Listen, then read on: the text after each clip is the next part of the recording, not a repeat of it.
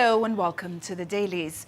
International headlines were dominated by one story: Donald Trump's Davos showdown over Greenland and the sudden backtracking that followed. Today we'll track how the story played out on both sides of the Atlantic. In the US, Davos was framed as Trump creating a crisis, then stepping back with a vague NATO framework deal. In Europe, the focus was on coercion, sovereignty, and a growing fear that this isn't a one-off spat, but a turning point in the transatlantic relationship. In America, President Trump's speech at Davos was the major headline for political and foreign policy desks. American outlets framed Davos as Trump creating a Greenland crisis, then backtracking, ruling out force, and shelving Europe tariffs while pitching a vague NATO framework. Coverage also stressed market backlash and allied resistance as the real trigger and highlighted how unclear the deal actually is. Newsweek captures the whiplash of Trump's Greenland strategy.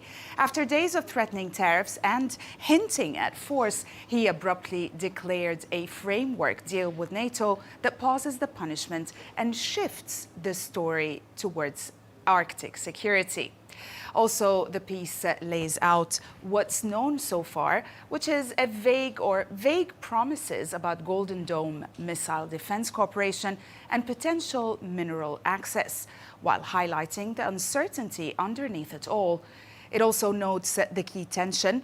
Trump talks in sweeping ownership-flavored terms, but NATO's Mark Rutte insists sovereignty wasn't even on the table. The Economist argues that Trump's Davos retreat on Greenland only masks a deeper danger. He still wants ownership and shows contempt for NATO. The analysis contends the episode proves he can be pressured, but also that trust in U.S. alliances is eroding fast. Greenland, it notes, offers America little it doesn't already have under existing treaties, yet Trump used it to test leverage. It concludes Europe must toughen up, prepare retaliation, and plan for a future where NATO might not survive. The Wall Street Journal frames the U-turn as the product of intense back-channel diplomacy with NATO and key European leaders who combined incentives on Arctic security with warnings about the costs of breaking NATO.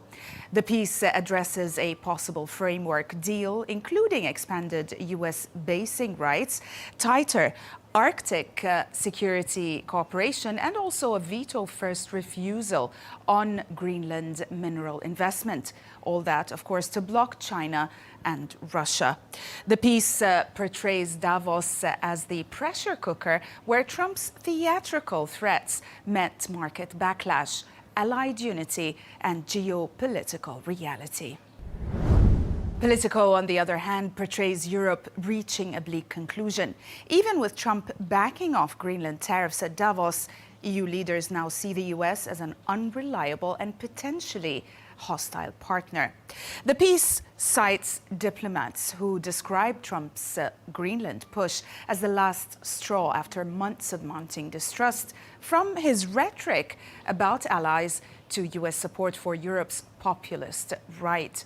Also, the analysis explains that that's why the Thursday emergency Brussels summit still goes ahead. It's no longer about tariffs, but about preparing for a permanent rupture in the post-war order. The New York Times goes a step further, saying the Greenland dispute has exposed a much deeper rupture. Trump isn't just pressuring Europe, he's openly showing contempt for its values and priorities. The analysis argues that even after Trump hinted at a possible deal with NATO chief Mark Rutte that could pause the tariff threat, Europe cannot trust it will hold. The piece also concludes that EU leaders now meet in Brussels to decide how to respond, whether to keep pushing diplomacy and at the same time probably prepare retaliation and a more independent strategy in case Washington swings again. Foreign policy contrasts two defining Davos moments: Trump's bullying theatrics over Greenland and Mark Carney's warning about a collapsing rules-based order. The piece recounts how Trump initially avoided the issue, then demanded immediate negotiations for Greenland, threatening that Denmark could comply or face consequences.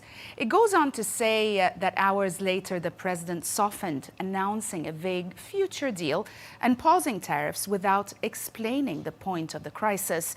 The piece argues that Trump's speech leaned on distortions about NATO and sovereignty, while Carney delivered the moral counterpoint. Middle powers must stop appeasing, act together, and defend legitimacy, law, and alliances in a world sliding towards jungle rules. In Europe, things weren't that different. European media largely framed Trump's Davos speech as coercion dressed up as diplomacy, with Greenland treated as a sovereignty red line, not a bargaining chip. The president's sudden backtracking was covered as a tactical climb down forced by pressure, markets, NATO, and European unity, rather than a real change of intent. Handelsblatt asked whether President Trump has a script writer after all. The piece delivered a scathing take on Trump's Davos address, portraying it as chaotic, repetitive, and also suggesting he either lacks or ignores serious speech writing. It highlights Europe's reaction as a mix of fear and fury as Trump shows contempt for legal norms and for former allies. The piece frames Greenland as the clearest symbol of his neo-imperial mindset, heavy on threats and bravado, light on credibility. The piece concludes the speech was unworthy of a president. David Charter argues in The Times that Trump's Greenland U-turn wasn't weakness, but classic leverage.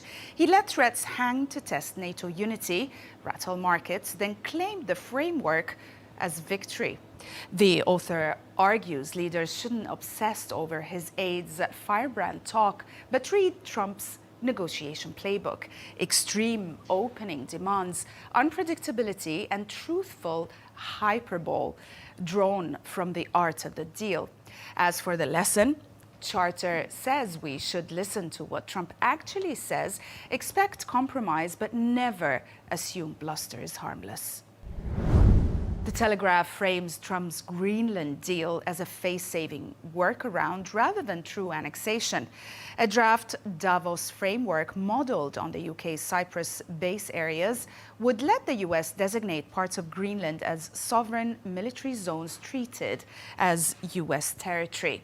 The piece explains that that would expand operational freedom, bypass some Danish permissions, and also potentially open access to mineral-rich areas and Golden Dome assets. The analysis suggests NATO officials sold it as a pragmatic way to defuse the crisis while containing Trump's maximalist rhetoric. And we'll end with Le Monde, which argues that France's small troop deployment to Greenland is not symbolic theater, but a serious strategic move.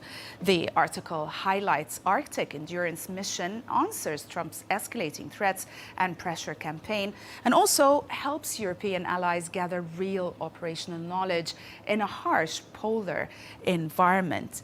It also explains that a tiny reconnaissance team can map logistical challenges, secure key infrastructure, and also prepare for larger deployments later. It adds that the exercise also signals unity, blocks any US fait accompli, and also reframes Greenland as a vital security linchpin, not an empty prize. That's it from us today. Thanks for watching the Dailies, only on Al Arabiya English.